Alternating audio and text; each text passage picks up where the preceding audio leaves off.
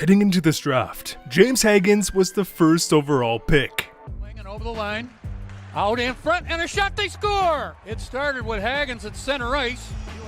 It'll be James Hagens getting involved.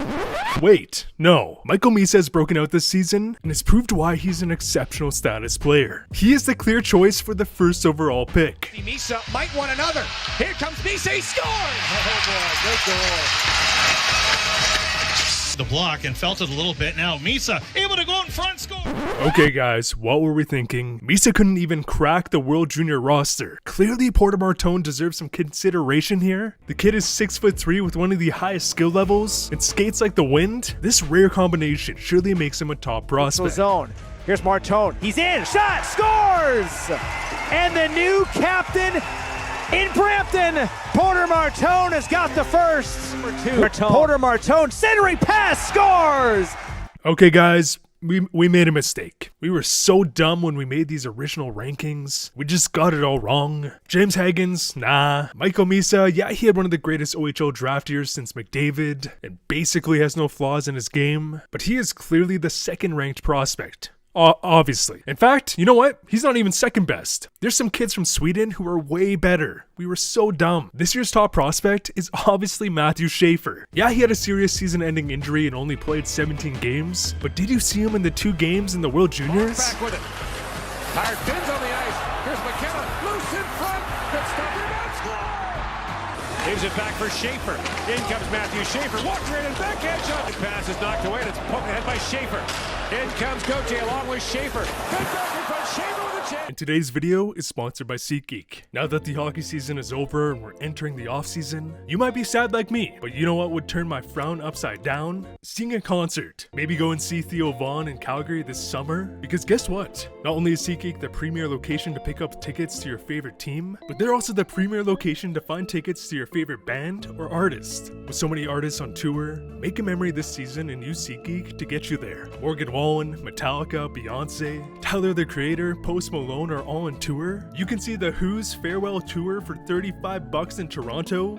Are you kidding me? You can also pick up tickets for comedians, Broadway shows, maybe even see a ball game. Here's the best part. By using my promo code RobTalksHockey10, you'll receive 10% off your order. So check them out in the description below. Thank you so much to SeatGeek for sponsoring today's video. If you had to select first overall in this year's draft, who would you choose? Matthew Schaefer, Misa, James Hagens, even Antoine Frundell have all put up legitimate resumes to be considered for the first overall pick, like we've gone over in previous videos. For one, there's been a fairly drastic shift of teams going off the board, ignoring the obvious talent and focusing on prospects who fit positional needs. But if you go this route, yeah, they might fit better, but you could be passing on the next star. Vancouver in 2016 had an aging decor. They had just selected Besser, Virtanen, and Jared McCann, so they desperately needed a defenseman of the future, where they would ignore the obvious talents in Matthew Tkachuk and Clayton Keller, and they would make a catastrophic mistake. Tkachuk and Keller are both bona fide stars, whereas Yul Levy is in the minors 9 years later. The same thing happened in 2018, where the Canadiens and Coyotes would prioritize center depth, and they would pass on 2 franchise players in Brady Tkachuk and Quinn Hughes. On the other hand, a team like the Rangers took the obvious pick in 2019,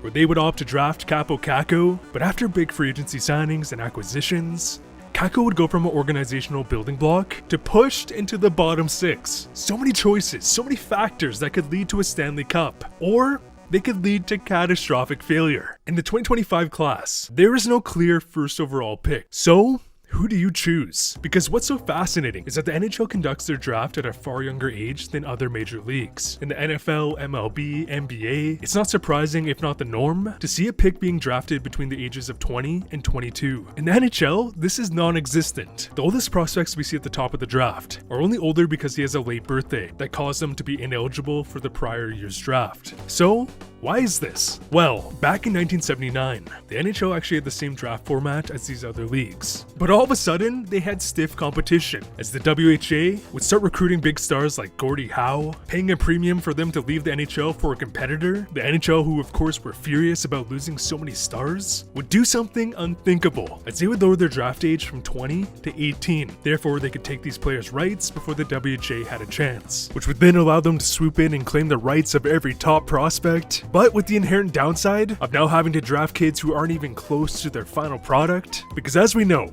a draft pick by no means is guaranteed. Nail Yakupov was said to be reminiscent of Pavel Bure, Nolan Patrick was the next Jonathan Taves, and because of this, if you were to guess how many times the first overall pick was actually the best player in the draft, what would you say? 50%? More than 50%? Way less? Well, if we specifically look at the draft classes from 2000 up until 2024, the answer is approximately 41%. Every 2 out of 5 first overall picks end up being the best player. Is this high to you? Maybe because of McDavid, Matthews, and Bedard, this number seems low? So you would have to assume that because the NHL drafts at a much younger age, relative to the NBA, MLB, and NFL, that this number is way smaller, right? Huh.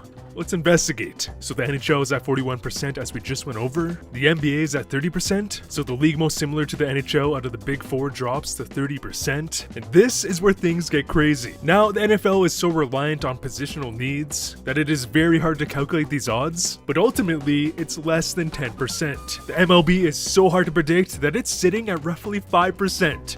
5%. 35% less than the NHL. Now obviously the best player can change depending on who you ask, but we're not far off here. So then I'll ask you again, does the NHL really need to raise the minimum age? If their odds are far better than every other major league in North America, does it really matter? Because if we did, it would ruin an entire draft class. So personally, I could never see this happening, but it's an interesting debate. But okay, back to this year's draft class. If we look at every recent draft where there's not a clear number one pick, we discover something fairly shocking. Not one of the teams drafting first overall got the pick right. In 2017, the Devils would draft Nico Hischier first overall. Good pick, but they passed on one of the greatest defensemen of all time. In 2021, there was no clear number one pick. Add on the fact that this draft class was severely impacted from the pandemic, it would lead to Owen Power being taken first overall, or Wyatt Johnston has risen to be the top player in the draft.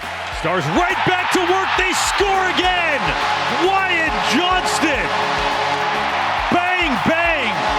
13 seconds apart in the blink of an... So, if you were the New York Islanders, a team who's been lacking a legitimate superstar for the last decade, if not decades, who are you choosing? As Schaefer is the embodiment of the modern day defenseman, he's smooth, fast in transition, smart defensively and has big offensive upside, very reminiscent to a Miro Heiskanen. Any team in the NHL could greatly benefit from a Heiskanen, or Heiskanen. The kid pounces on the transition. On this play, he picks up the puck on his own end. See ya F1, he blows by him. His sudden acceleration and speed causes the defense to collapse, where he's like, okay, you're gonna give me this much space, I'll rip it in far side. Whack on net, good stop. They come in and they score!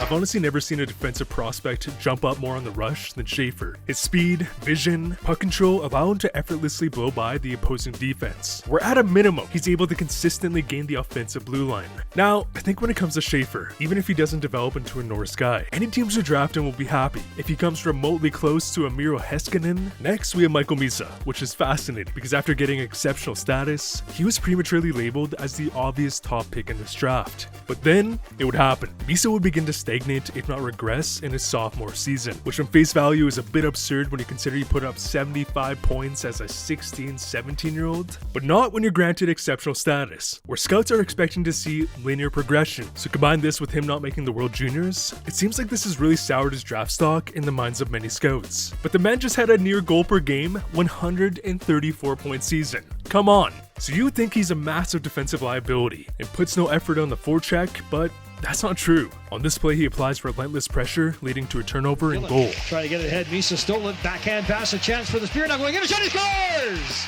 Ethan Hay with a wrister on the turnover. Short-handed goal. Yeah, it's only one example, but when it comes to those problematic prospects, it is usually a very obvious gap when it comes to red flags. Okay then, it must be his skating. Tavares was exceptional status, but an average skater at best. Hell no. On this play, Misa effortlessly splits the defenseman and scores on a breakaway. As honestly, I don't understand why more scouts don't have him ranked first overall. He's an elite skater, a one-timer option, can score off the rush, and his best trait might just be his passing, as Misa is a complete offensive player, who has shown his hockey IQ and aggression can lead to above average defense. He's also not small, standing in at 6'1", 185 pounds. He's the potential number one center, someone make it make sense. So given the Islanders' track record of playing relatively boring hockey, I think it would be really hard to pass on Misa. But with that being said, Antoine Frondel has slowly but surely moved up the charts.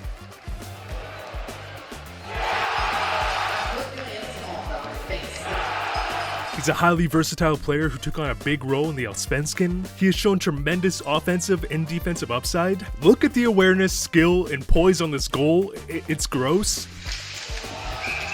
But what makes him so fascinating is the fact that not only did he play professional hockey as a 17-year-old, no, he was the best player on his team for many stretches. Think about other players who were looked over for not playing in the SHL. Elias Pettersson, David Pasternak, Philip Forsberg. He's showing similar production, if not the same upside here. So, if you were the Islanders, who would you have taken? As this is hands down the hardest decision to make in all of hockey. I'd really appreciate a like on this video, a big shout out to SeatGeek for sponsoring today's video, and as always, thanks for watching.